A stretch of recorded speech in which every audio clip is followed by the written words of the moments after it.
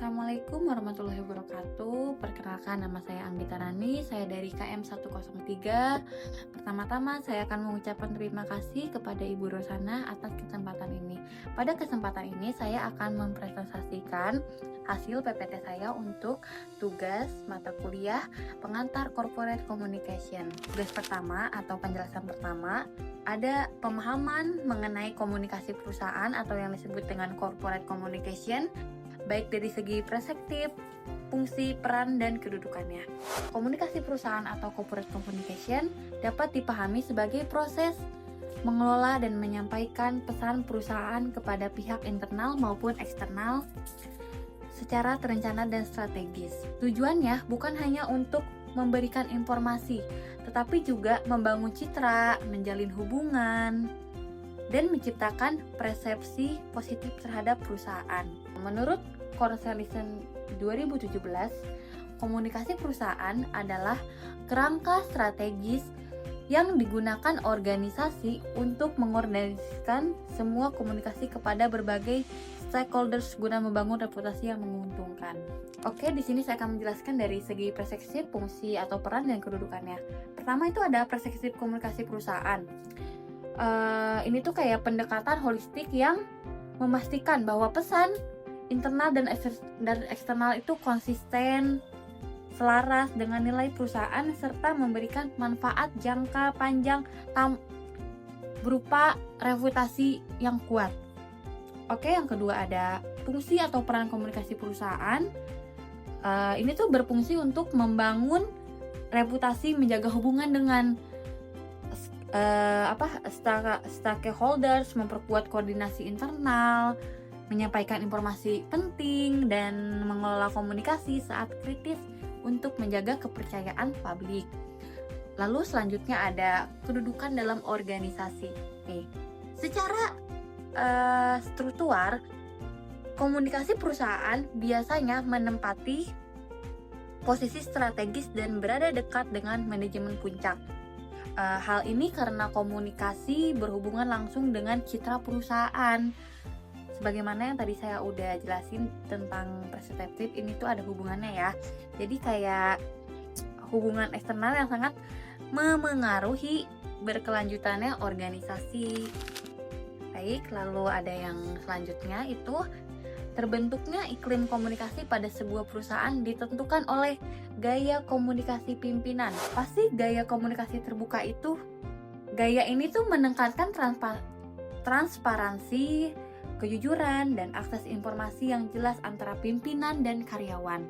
Pimpinan yang terbuka biasanya memberi ruang bagi karyawan untuk bertanya, memberi solusi, memberi masukan, dan menyampaikan kekhawatiran tanpa takut dimarahi. Contoh, pimpinan selalu menyampaikan alasan dibalik keputusan penting dan membuka sesi tanya jawab saat rapat agar semua karyawan tuh kayak merasa dilibatkan, atau karyawan bisa menyampaikan suatu solusi kayak tadi, masukan gitu. Lalu apa itu gaya komunikasi partisipasif atau participasive style ya, kita biasa menyebutnya itu. Pemimpin dengan gaya ini melibatkan karyawan dalam pengambilan keputusan. Jadi pemimpinnya itu melibatkan gitu kan. Kalau yang tadi itu kan menekankan. Kalau ini tuh lebih melibatkan. Contohnya itu kayak ketika membuat program baru, pimpinan mengajak tim untuk memberikan ide dan melakukan brainstorming sebelum keputusan final itu dibuat. Ketiga ada gaya komunikasi empatik atau disebut dengan empathic communication style. Gaya ini tuh menekankan kemampuan pemimpin memahami perasaan, kebutuhan, dan kondisi karyawan. Pemimpin yang empatik biasanya lebih mudah membangun kedekatan dan loyalitas tim. Contohnya nih, ketika karyawan tuh terlambat datang ke perusahaan atau terlambat menyelesaikan tugas karena dia ada masalah keluarga, pimpinan biasanya tuh mendengarkan dahulu sebelum dia memberi sanksi ataupun mau ngambil keputusan. Dia tuh pasti akan memberi solusi dulu atau kebijakan yang lebih bijak. Baik, di sini ada keempat itu gaya komunikasi asertif atau assertive style. Pemimpin asertif mampu menyampaikan pendapat secara jelas, tegas, dan tetap menghargai perasaan orang lain.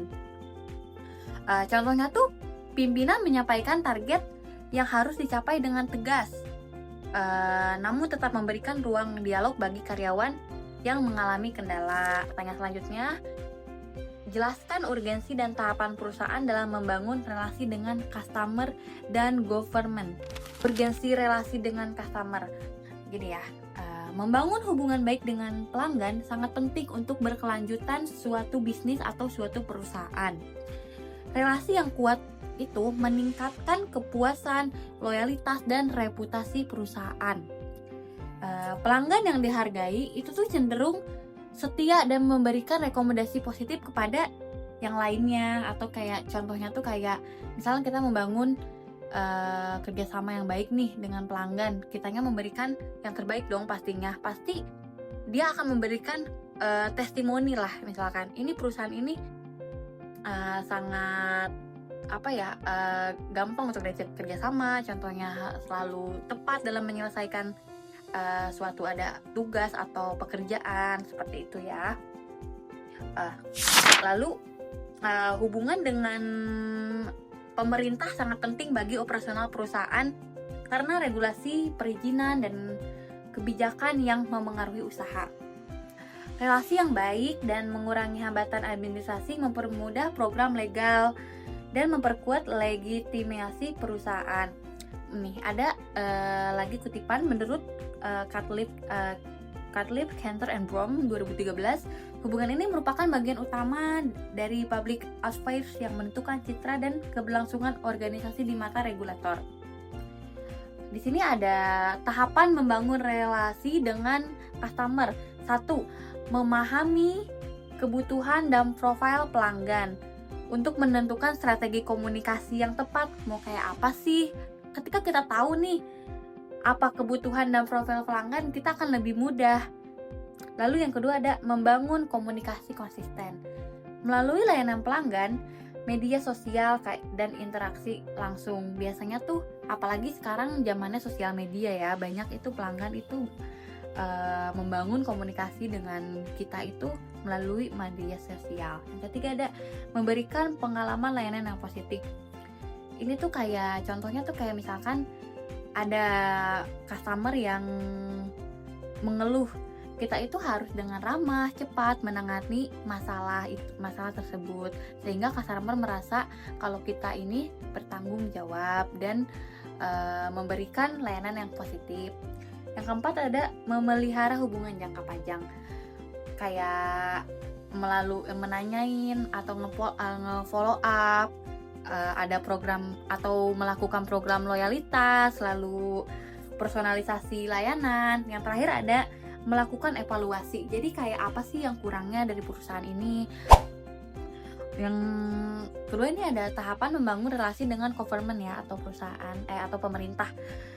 Memahami regulasi dan struktur instansi pemerintah yang berkaitan dengan operasional perusahaan. Yang kedua, menjalin komunikasi formal dan profesional. Namanya kepada pemerintah itu kita harus formal dan profesional. Lalu yang ketiga ada berpartisipasi dalam program pemerintah seperti sosialisasi, pembinaan usaha, atau kegiatan CSR. Yang keempat ada menjaga kepatuhan terhadap semua regulasi, memastikan semua proses itu tuh sesuai dengan aturan yang berlaku. Lalu yang kelima ada memelihara hubungan jangka panjang melalui komunikasi rutin, kerjasama, dan kehadiran di forum resmi. Gimana cara Anda membedakan identitas, citra, dan reputasi perusahaan? Pertama-tama saya akan menjelaskan pengertiannya ya. Menurut Wheaton dan McKay 2002, identitas perusahaan adalah klaim inti tentang apa yang membuat perusahaan unik dan berbeda dari organisasi lain. Identitas adalah segala karakter, visual, verbal, dan perilaku yang secara sengaja dibentuk perusahaan untuk menunjukkan siapa mereka. Contoh kayak logo perusahaan yang warnanya khas, beda dengan perusahaan yang lain. Lalu ada seragam karyawan, ada sifat. Kalau sifat ini langsung dikontrol oleh pimpinan atau perusahaan dan dibuat oleh perusahaan. Lalu citra perusahaan itu kesan atau persepsi publik terhadap perusahaan pada waktu tertentu. Contohnya tuh masyarakat melihat Gojek sebagai layanan yang cepat dan membantu mobilitas. Konsumen menganggap Wardah sebagai brand halal, aman dan dipakai. Itu sama dengan citra perusahaan. Contoh sifatnya bersifat jangka pendek, berubah sesuai pengalaman publik dan aktivitas komunikasi perusahaan. Reputasi perusahaan itu adalah penilaian kolektif yang stabil dalam jangka panjang atas kinerja dan karakter perusahaan. Contoh, Unilever memiliki reputasi kuat sebagai perusahaan yang konsisten menjaga kualitas produk. Sifat itu jangka panjang, stabil, dan merupakan hasil akumulasi citra-citra sebelumnya. Perbedaan dalam penyelesaian konflik di sebuah perusahaan pemerintah dan non-pemerintah. Di sini saya akan menjelaskan menurut argumentasi saya perbedaan penyelesaian konflik pemerintah. Contoh seperti BUMN. Karakteristiknya birokrasi lebih panjang, akuntabilitas publik, regulasi ketat. Dampak pada penyelesaian konflik, proses lebih formal, melibatkan SOP, audit internal, serta kadang pemerintah sebagai pemegang saham. Contoh kasus konflik internal PT KAI pada 2003 terkait rotasi jawaban dan penolakan karyawan. Penyelesaiannya wajib melalui peraturan direksi, media Kemenaker, serta pengawasan Kemen BUMN sebelum keputusan final. Oke, yang kedua itu ada swasta. Karakteristik struktur lebih fleksibel, keputusan lebih cepat, orientasi efisien, dan profit. Dampak pada penyelesaian konfliknya itu penyelesaian cenderung lebih langsung dapat dilakukan melalui negosiasi internal tanpa campur tangan negara. Contoh kasusnya tuh ada di PT Freeport Indonesia tahun 2017 terkait dengan tuntutan karyawan kontraktor. Penyelesaiannya dilakukan melalui negosiasi bipartit, perjanjian kerjasama, karena perusahaan swasta lebih bahas menyusun mekanisme internal. Tahapan penyelesaian konflik perusahaan.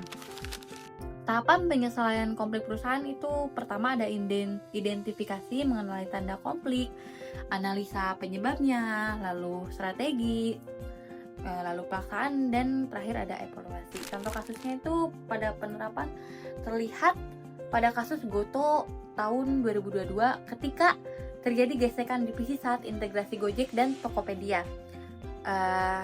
HR melakukan mediasi dan penyesuaian struktur kerja, dan laporan 2023 menunjukkan penurunan turnover sekitar 18%, menandakan penyelesaian konflik yang efektif dapat memulihkan stabilitas perusahaan.